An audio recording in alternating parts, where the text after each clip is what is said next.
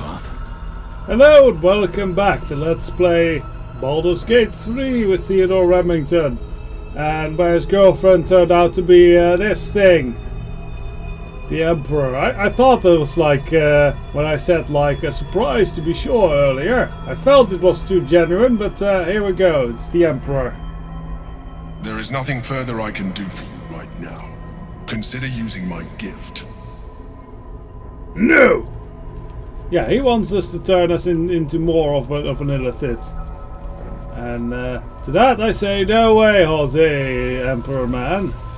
But look at this ball. What's this?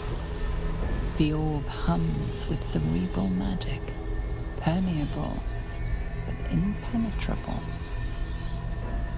Within seems to be... the Githyanki prince is as silent as a corpse, but for the murmur of his powers being siphoned away. That's a bit sad for him. I mean, we could free him, but that would have bad consequences right now. Yeah, let's leave the astral plane for now, because we've looted everything there was to find there. I'm exhausted. Better find somewhere to camp soon. Well, you are in your camp. Oh, and we got that back. Okay.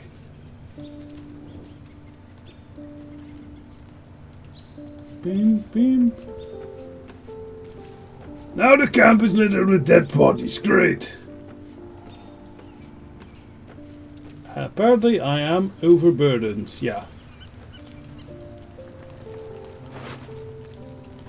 I guess Lae'zel wants to have a chat about her exes when they came and fought us. Or, you know, that whole prince thing and the siphoning and the mind flayer and all that. Orpheus, Gith's only son. He lives. It is not the Geich visitor that Vlaakith would destroy and Voss would set free. I should have It her is put her Orpheus, helm off as well. The blood of the mother, the prince of the comet.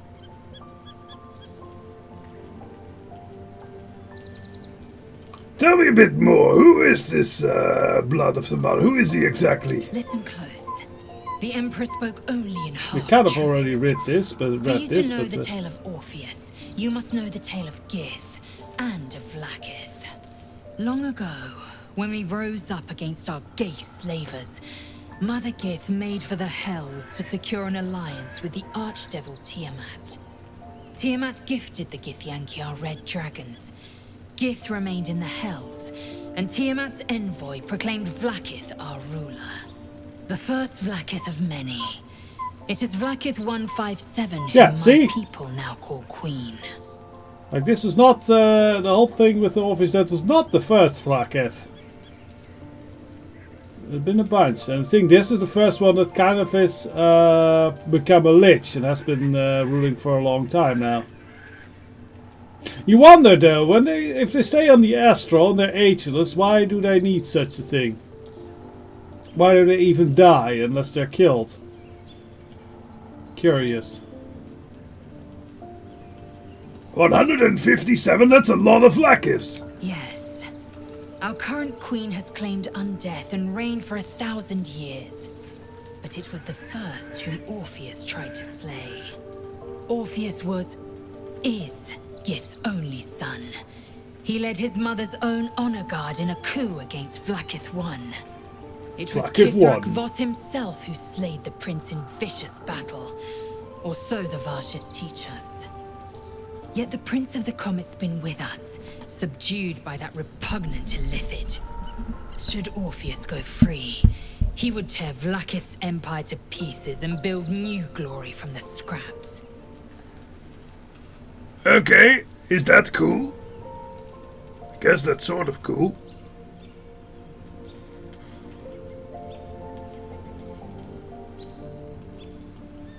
And Voss was right, and Orpheus is the seed of Vlaakith's demise. The seed and the sower.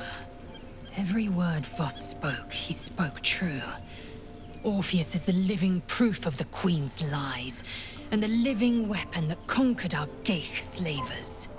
One word from his lips, and the people would doubt. 2 words, and they would rage. 3 words, and they would bow to the true heir. If the Githyanki are to be free, Also- the Prince of the Comet must lead the way. Also, if that whole ability to disrupt the Hive network is a genetic ability, because, you know, apparently the son inherited it, you kind of need to start a whole breeding program with that guy. He needs to make a lot of eggs. That's what I'm saying. Though we do know that the gift reproduce asexually, so that's kind of they don't necessarily need to go the whole harem route or something. Or at least we know that they don't need to use the ungi bungi for procreation. They might still need the males to do something or the females to do something. I don't know. Have to research such. Also, I should shut off the notifications there.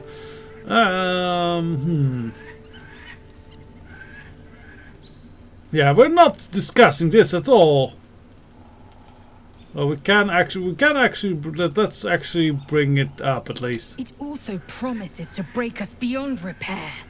This ossified parasite does not make us more, but less. There I will be agree. ice where once there was fire. There will be a void where our souls once resided. We have been told that mind flayers do not have souls, so that is definitely a consideration there. So no, we won't use it. And I won't. Absolutely not gonna press that, because this is definitely not something Theodore would do. Though, you know, Astarion might be gobbling that up, like he did the previous worms.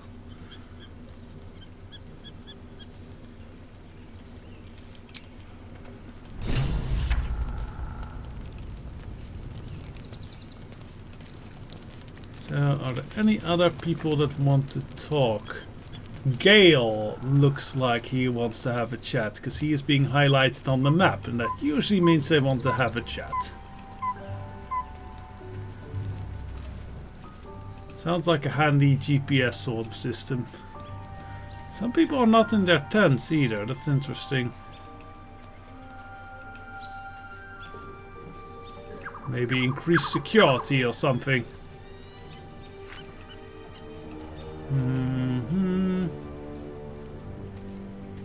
Oh, Gale, you're still here. What do you want to chat work about? would be nice. Oh, quite the rug pull, eh? Yes, I'm very Mindful, sad. manipulating us this whole time. Such creatures are not to be trusted as a general rule, though this one does appear to have had a significant hand in our survival up to this point. At best, an ally whose motivations remain shrouded in deceit. We should be wary of what such an alliance may cost us.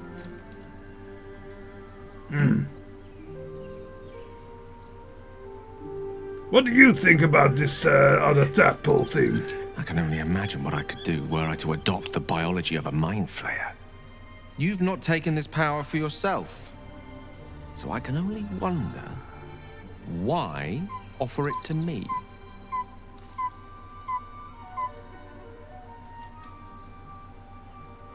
We could convince him here. It could be interesting.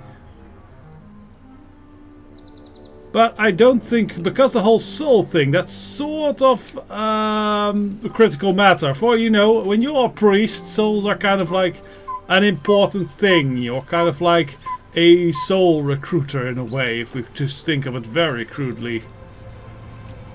So people losing their soul to becoming mind flayers, not great for priests. At least I would think not. But yeah, they just have our party members on the map. We should also, by the way... Oh, actually Shadowheart is leveled up. Oh yeah, right, she's still... Is she still Sharon? I think she still counts as Sharon if we level her up.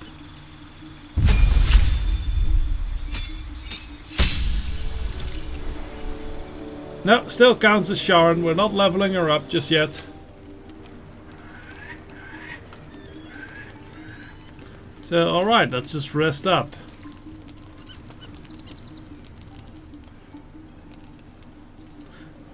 Guys, I don't think it's, especially Shadowheart, is that comfortable lying next to an icy corpse?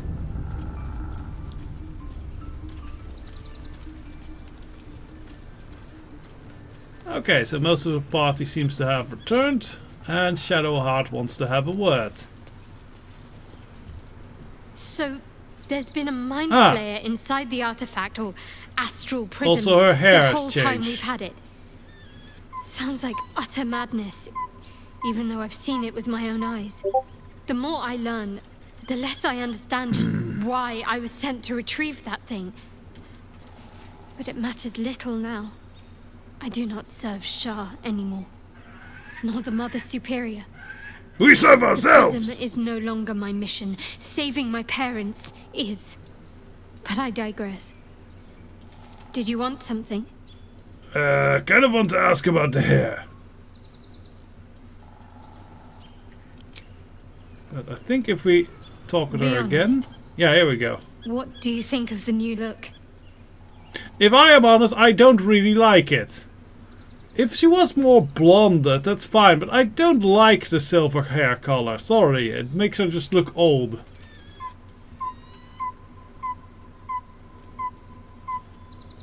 What inspired the change? I thought I knew who I was. But I was wrong. I do not belong to Shah. And I do not want to be adorned like one of her puppets any longer. The hair is just a gesture, true. But everything has a first step. Ooh. Okay, I hope something did not go wrong with the... I'm having a bit of trouble with the recording, so I hope that this does not... once we lost a bunch of it.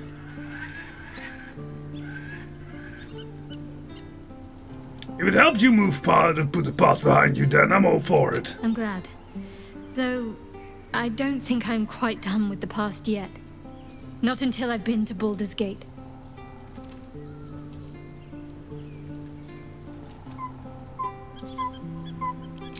Okay, now I wonder if that now she counts as a proper... Her portrait is still with the black hair. Has her deity changed? No, I think they might not change on the level up screen. Maybe that's the issue. Because if we look at her sheet normally... Yeah, she's a level 9 cleric.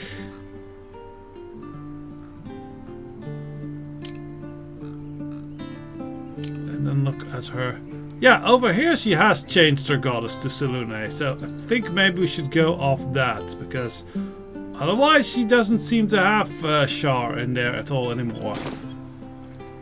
Or maybe if I remake her we can choose a different goddess for the start.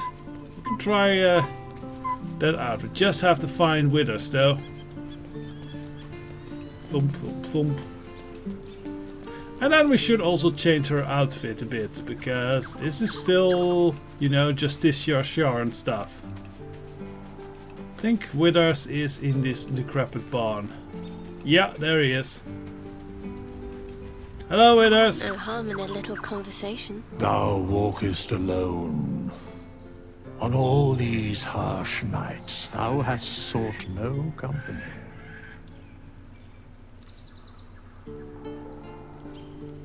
You sound... Oh, wait, this is Shadowheart. You sound disapproving.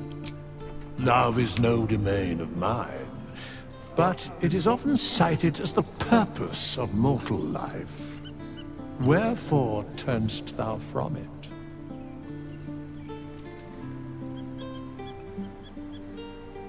I think actually this is more the answer, because yeah, we did have And a spark thus going on. thou art alone. Well, nice to rub it in there with us. Shall we now just talk about class changes? Spins along as it should. Horny little Dost skeleton. thou require a new ally? Or mayhaps a resurrection instead? Let's change the As class. thou desire.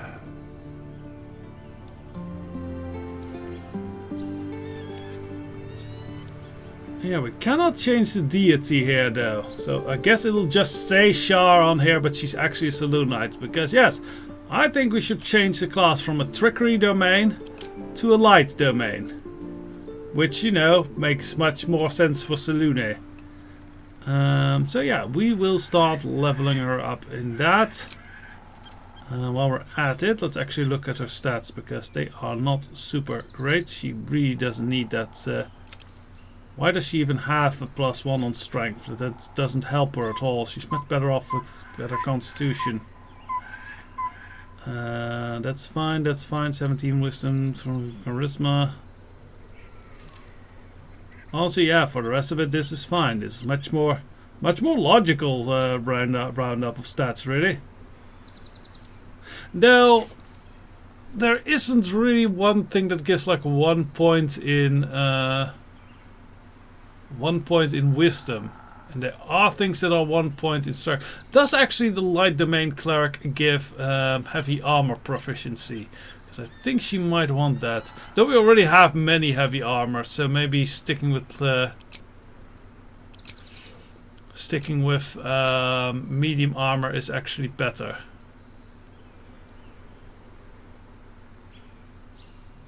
What if we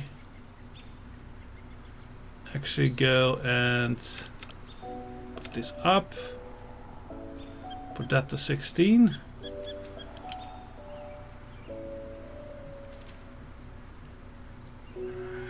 Then we are on a... Yeah, no, this can work. I think this actually works better than the 11 strength, because 11 strength really doesn't help her that much. Given that she's mostly a spellcaster. Does light domain give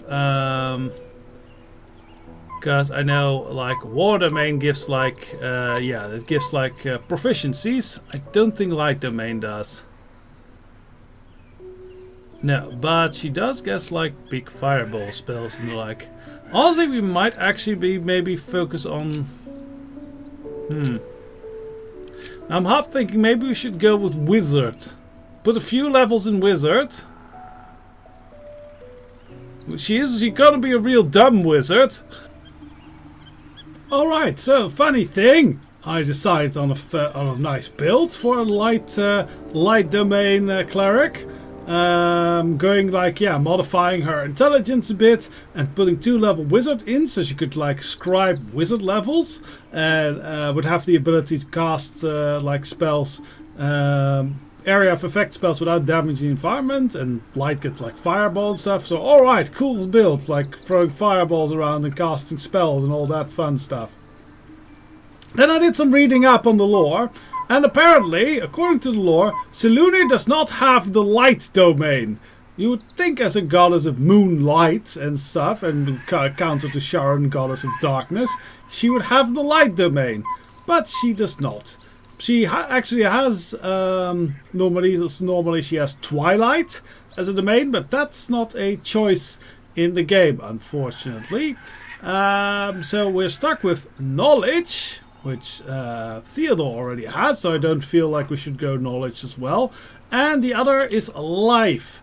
So since we don't have a Life cleric, I guess we'll go with Life. And for the information, so Shar would have the Trickery domain, the Death domain, which is sadly not, seems to be not in here.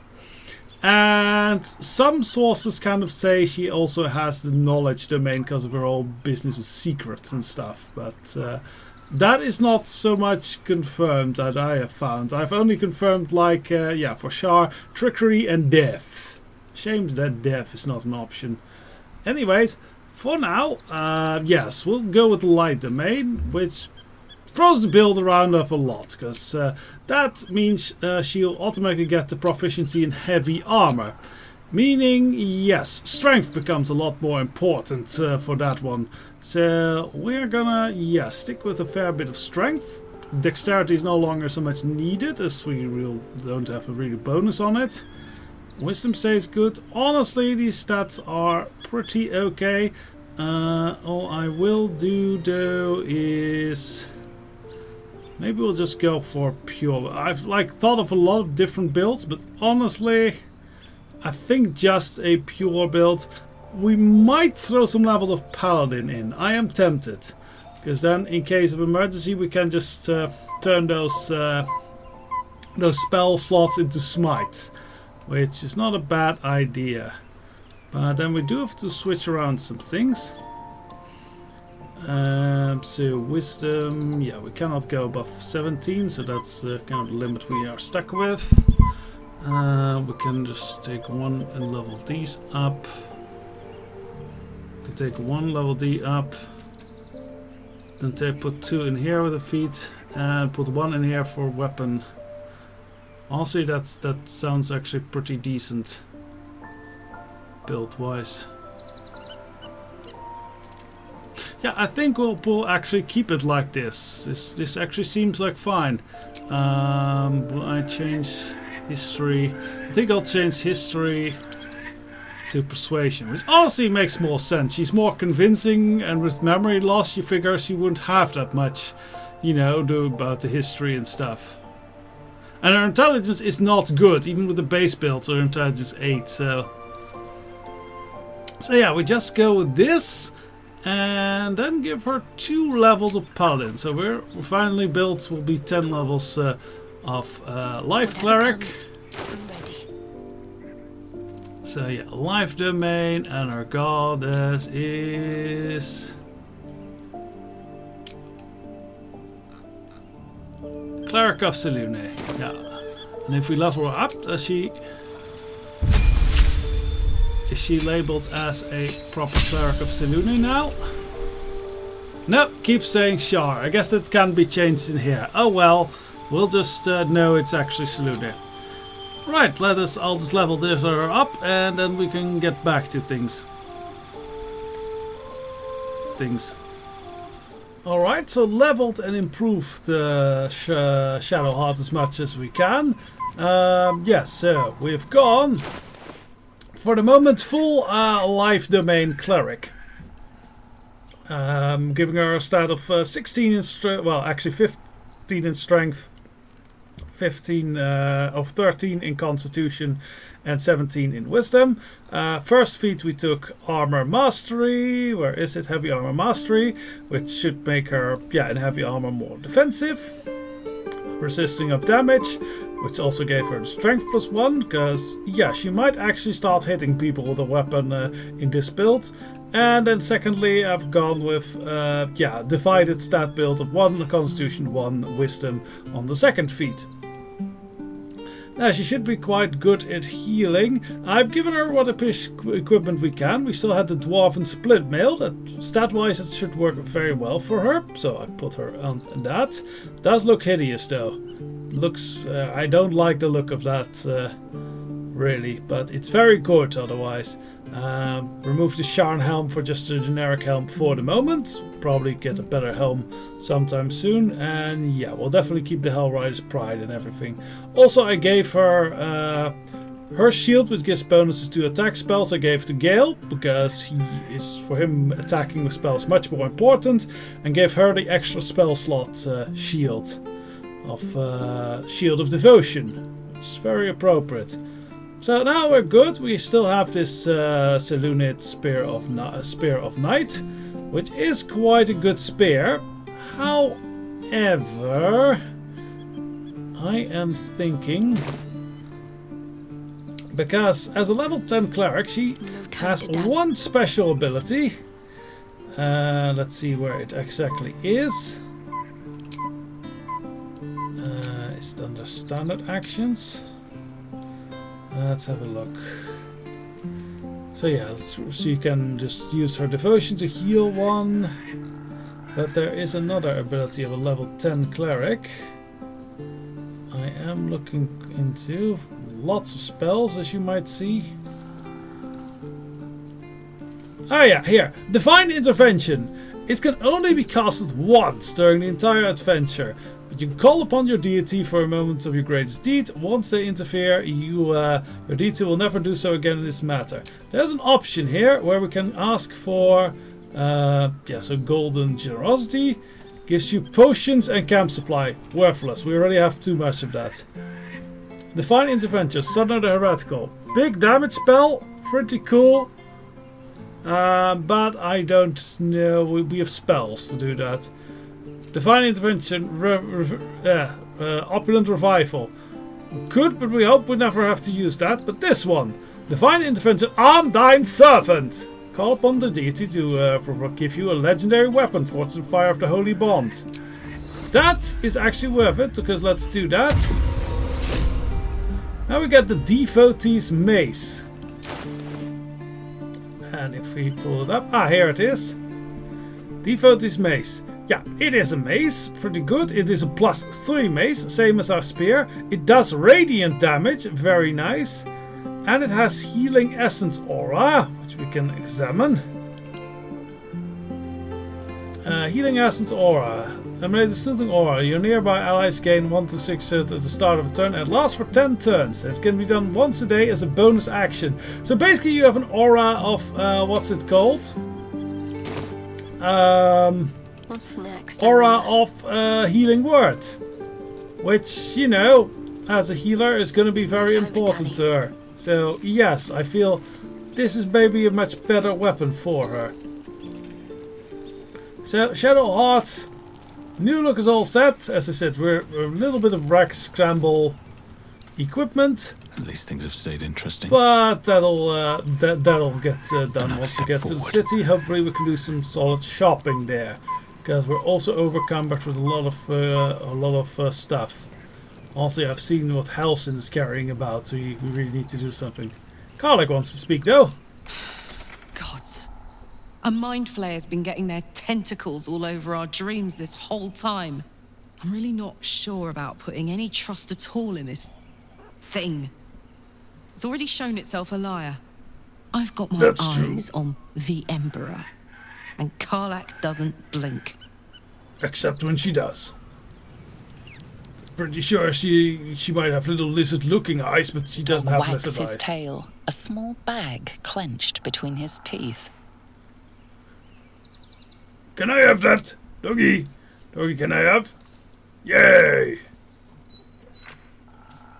He I dips don't in have the and talking. surrenders his find to you. A salami! Oh no, We should give that back to him. Salami should be for him.